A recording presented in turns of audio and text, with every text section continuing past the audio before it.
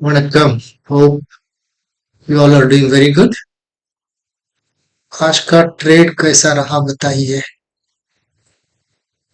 मेरा तो अच्छा रहा and I could make decent money.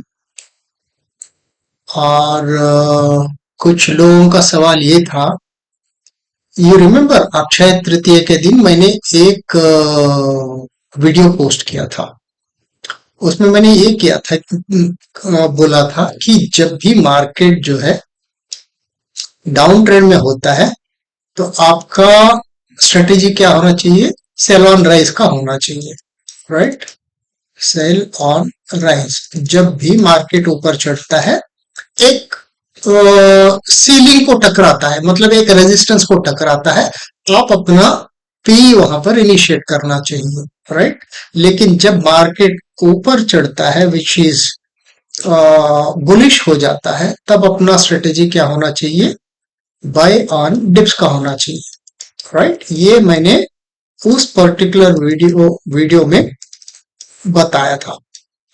तो उस पर्टिकुलर वीडियो के बाद कुछ मैसेजेस मुझे आए थे कि अपन कब तक ये बाय ऑन डिप्स का करनी चाहिए, कब तक अपने को सेल ऑन राइज का करनी चाहिए, राइट? क्योंकि एक टाइम के बाद ऐसा भी आ जाता है कि कुछ यू टर्न ले लेगा मार्केट, राइट? और एक टाइम के बाद ऐसा भी आता होगा कि फिर यू टर्न लेके ऊपर की तरफ जाने लगेगा, है ना? तो it was a very reasonable question and quite logical question, because everyone would think that perspective, that how long that we should adopt these kind of रणनीति, है ना? तो मैंने कुछ जोन्स मार्क करके रखा हुआ है। ये जोन्स वो वाले हैं जो अनमिटिगेटेड लेवल्स है।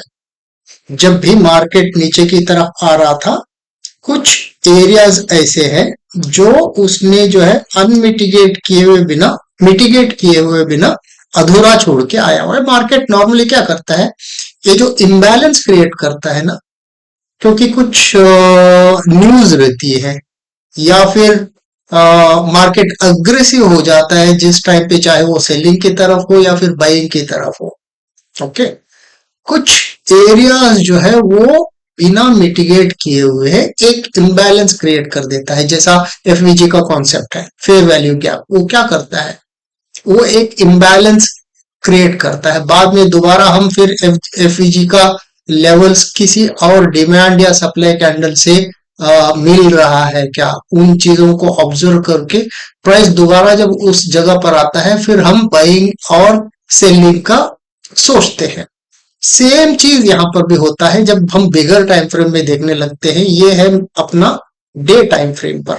तो डे टाइम फ्रेम पर जब भी मार्च के महीने में नीचे गिर रहा था मार्केट, तो ये जो एरियाज जो मैंने मार्क किया हुआ है, इन एरियाज को, और थोड़ा इसको बड़ा कर देता हूं, इन एरियाज को बिना मिटिगेट किए मार्केट ऐसी नीचे गिरने लग गया। और वैसे ऊपर भी चढ़ते समय जो है ए वाला जो है बिना मिटिगेट किए इन एरियाज को ऐसी ऊपर,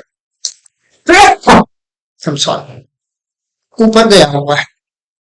तो अपने को जब ये पता चल गया कि इन पर्टिकुलर एरियाज पे मार्केट ने जो है, I am so sorry, so sorry, okay, तो इन लेवल्स को बिना मिटिगेट किए हुए जो चला हुआ है, जब भी दोबारा उस पर्टिकुलर लेवल पे आता है, अभी ये देखना पड़ेगा कि वहां से प्राइस एक्शन क्या ऊपर की तरफ चलेगा क्या, या फिर प्राइस एक्शन, क्योंकि ये 61.8 वाला लेवल भी यहाँ पर है, तो कल के दिन क्या हो, ऐसा करके ऐसा पुल बैक लेके ऊपर की तरफ जाकर फिर इस पर्टिकुलर अनमिटिगेटेड जो जोन है, ये वाला अनमिटिगेटेड वाला है, इसको दोबारा रिटेस्ट करेगा क्या, या फिर यहीं से जो है फिर नीचे आने की प्रक्रिया शुरू करेगा क्या? जब भी ऐसे लेवल्स आते हैं, when you come across these things and the price gets into those particular areas, what you should do is next day whenever, जब मार्केट खुल जाता है, we should allow for the price to confirm its direction. अगर इसके ऊपर जाके टिकता है, फिर दोबारा एक पुल बैक लेके वो पुल बैक सस्टेन हो जाता है, फिर उसके बाद एक बुलिश कंफर्मेशन आपको यहां पर मिल जाता है, then what you should do is same buy on dips का रणनीति अपनाना पड़ेगा। Got it? क्योंकि ये मेन चीज है डायरेक्शन। जैसा मैंने उस वीडियो में बताया था कि 90% is about the direction. And direction जब नीचे की तरफ डायरेक्शन हो जाता है, फिर तो हम बाय ऑन डिप्स नहीं कर पाएंगे, हम यहाँ पर फिर सेल ऑन राइज का सोचना पड़ेगा, राइट? तो कौन सी जगह होती है जहां से, जैसा आप हाईवे में गाड़ी चला रहे हैं, राइट, कुछ एरियाज जो होते हैं जो यू टर्न के लिए बनाए रहेंगे, राइट, खाली सिर्फ एंड सिर्फ उसी जगह पर जाके वो आप यू टर्न कर सकते हैं, राइट? सेम वे यहां पर भी क्या होता है, चार्ट जब हम चार्ट एनालाइज करते हैं, तो कुछ एरियाज जो होते हैं जो अनमिटिगेट करके चले जाता है, बिना मिटिगेट किए जब दौड़ने लगता है, उस एरियाज पे जब भी मार्केट दोबारा पहुंचता है, तो थोड़ा सा हमें देखना पड़ेगा कि क्योंकि ये यूटर्न वाले एरियाज है, ओके, यहाँ से क्या नीचे घूमेगा या फिर यहीं पर टिक के जो है ऊपर की तरफ जाएगा। ऊपर की तरफ जाता है तो बाय ऑन डिप्स कंटिन्यू करना पड़ेगा, नीचे की तरफ आने लगता है तो फिर हमें सेल ऑन राइज का रणनीति अपनाना पड़ेगा। Hope I made this very clear. अगर आपका कुछ और भी क्लैरिफिकेशन है, प्लीज कमेंट में बताइएगा, ताकि आई वुड एटलीस्ट अंडरस्टैंड। आप कुछ नहीं बताएंगे तो how will I get to know, right? At least I get WhatsApp messages so that I understand your issues and now I'm able to address it. Same way, if there are issues, please put it in the comment box so that I go through each and every message. Of course, there are not many messages anyhow. So, this is what that you need to do. अभी कौन कौन सी जगह है जहां पर ये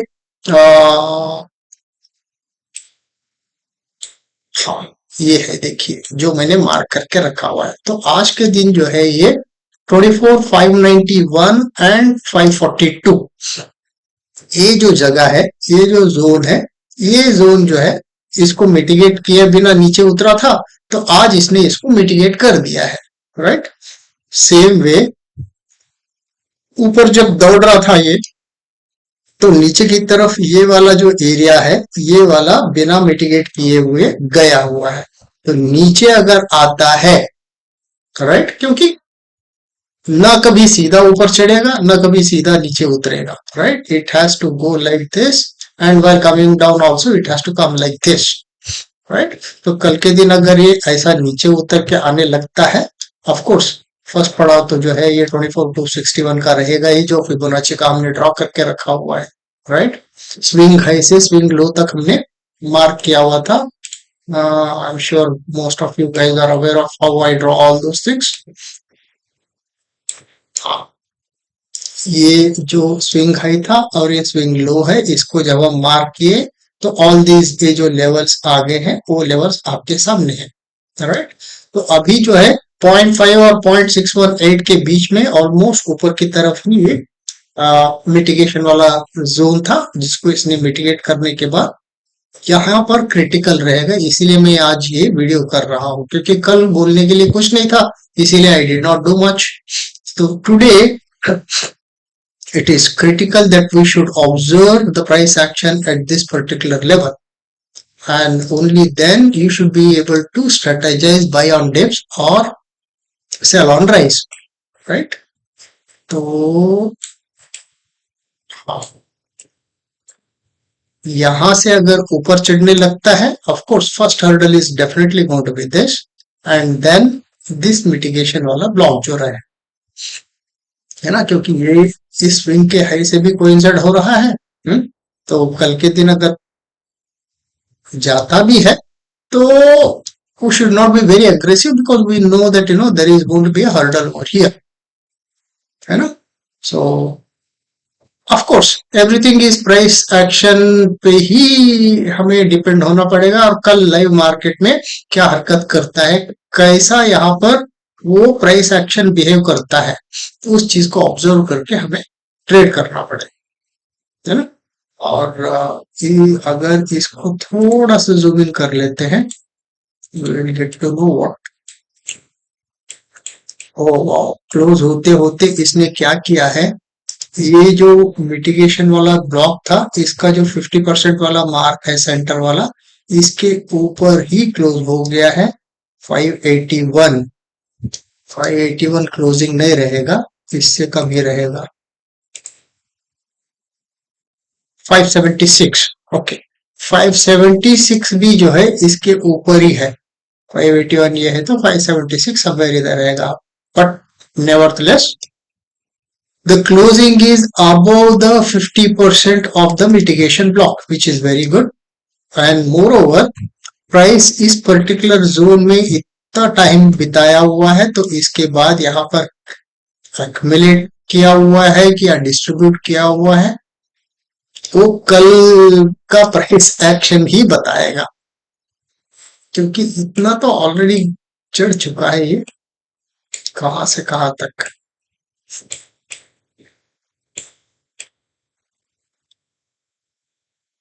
zero था 22,182, 22,182 से 24,591, 22,200 बोले तो भी करीबन 2,300 पॉइंट चढ़ चुका है, right. Will it take a pause? Wait and watch, because let us not predict, let us not set a bias now. The only bias that we are going to set here is boss इसके ऊपर जो है bullish रहेगा, इसके नीचे जो है bearish रहेगा। बुलिश होता भी है तो यहाँ पर एक हर्डल है, इसके ऊपर अगेन सस्टेन होके प्राइस एक्शन ऊपर की तरफ बनाता है, तो then that's a different story, है ना। So the crux of the thing is tomorrow we will have to wait and watch this particular zone. Clear है? अच्छा, let's go to Bank Nifty.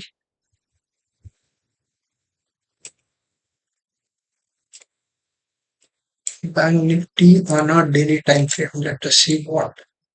O wow, ये वाला क्या zone है, हमने पहले मार्क करके रखा हुआ है। आई डोंट नो ये कहाँ से आया हुआ है ये वाला zone, but I was looking at the levels. मैं लेवल्स मार्क कर रहा था और मल्टीपल टचेस कहाँ पर लिया हुआ है बोल के मैं देख रहा था, तो that time I might have drawn this thing, correct, possible. Okay, 57,783 यहाँ पर है ये, but I would not consider this level if I have to consider, क्योंकि ये इसको भी टच करना ही पड़ेगा। अगर मैं इसको यहाँ पर ले लूं,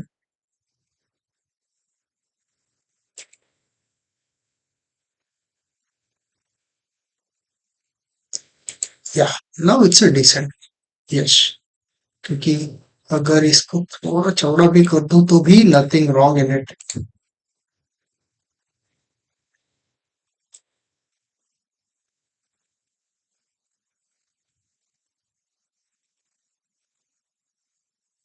कि डे टाइम फ्रेम पर इतनी चौड़ी तो बनती ही है zone, and yes, this is a very good zone, क्योंकि ये वाला भी टच हो गया, ये नीचे का भी यहाँ पर टच हुआ है, राइट, ये भी किया हुआ है, यहाँ पर भी इतने सारे जो है इसको टच किया हुआ है।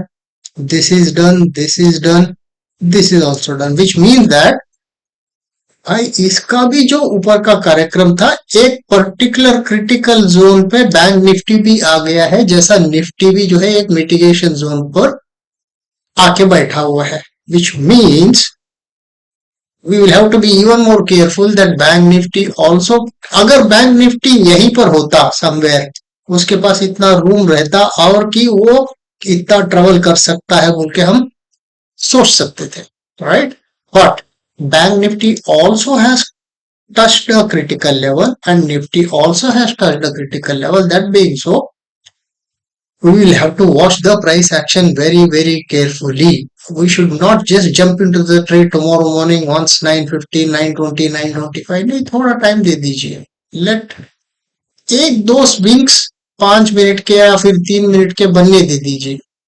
वो स्विंग्स जब बनाता है, वो स्विंग्स बनाते समय क्या ऊपर की तरफ उसका झुकाव रहेगा या फिर स्विंग्स बनाते समय नीचे की तरफ उसकी झुकाव रहेगा, ये आपको ऑब्जर्व करना पड़ेगा। ये ऑब्जर्व करने के बाद अपने को डायरेक्शन का क्लैरिटी वो उसको देना पड़ेगा, नहीं तो हम स्पेकुलेटिव ट्रेडर बन जाएंगे, विच इज नॉट गुड।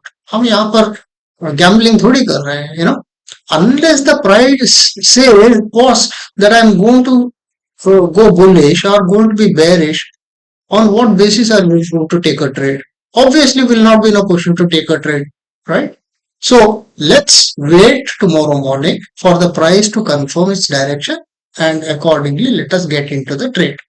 है ना? चलिए, that's it from my side for today, and we will meet again tomorrow and see what market will do, and accordingly we'll come back with the video again tomorrow evening. Take care and have a great evening. Bye bye.